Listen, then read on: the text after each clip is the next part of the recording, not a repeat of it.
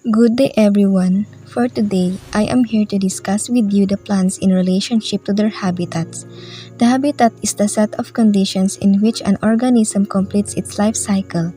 For migratory animals, the winter area, summer area, and migration routes are all habitat components. No plant is migratory, but portions of plants are spores, pollen, fruits, seeds, and vegetative propagules move through the habitat. How much of the surroundings should be considered part of the habitat is debated. Many factors do not appear to affect certain plants at all.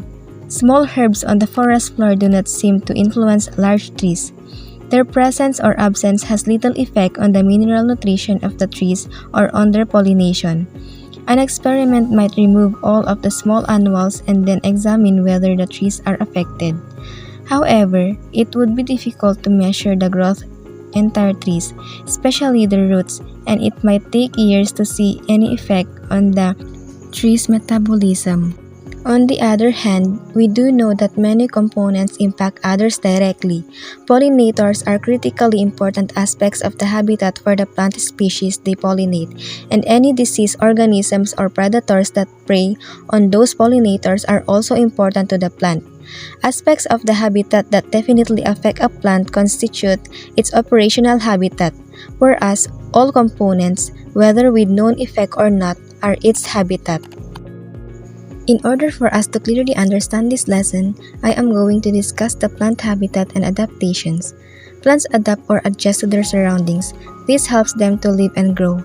A particular place or a specific habitat calls for specific conditions, and adapting to such conditions help the plants to survive. This is the reason why certain plants are found in certain areas. If the habitat changes drastically, the plant species must adapt, otherwise they would not survive. Let's talk about adaptations of plants in different habitats. Number 1. Plant adaptations in the desert. The desert is a dry area with scarcity of waters. Thus, the plants there have small leaves and many spines which help them to conserve water. The leaves have thick waxy skins which help to retain water for a long time. There are leafless plants that store water in their green stems. Roots are near the soil surfaces that soak up water before it evaporates. The growth is slow as the plants do not have to make much food. Example, different types of cactus, Joshua tree, and etc. Number 2. Plant adaptations in the tropical rainforest. Such places have hot climate but have heavy rains, so the plants here have drip tips and waxy surfaces on leaves to shed the excess water. Plants have prop roots that help support them in the shallow soils. There is abundant growth of plants, and some plants grow on top of the other to reach the sunlight. These plants collect rainwater through a central reservoir and have hair on them to absorb water. Examples of these are bromeliads, lianas, different rainforest trees, and etc. Number 3. Plant adaptations in the temperate forest. Such forests see for distinct seasons and have harsh winters.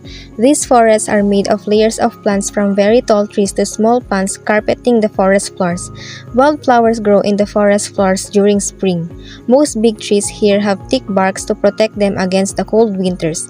Trees have broad leaves that capture a lot of sunlight, but these leaves can weigh down the trees in winters. Thus, in the autumn, deciduous trees drop their leaves to minimize the water loss. Example, lichen, moss, ferns, and etc.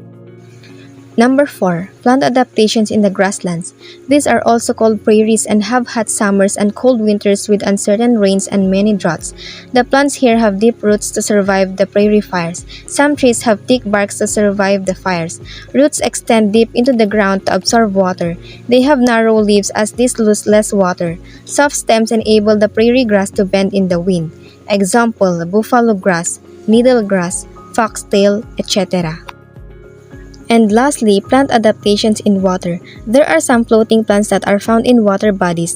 They have floating leaves in which chlorophyll is restricted only on the top surface, which is green in color. Beneath is the reddish color of the leaves. Underwater leaves and stems help plants to move with the current. Roots and root hair are absent as there is no need to absorb water. Underwater plants have leaves with large air pockets to absorb oxygen from water. Some plants produce floating seeds as well. Example, water lily, lotus, duckweed, giant salvia, and etc.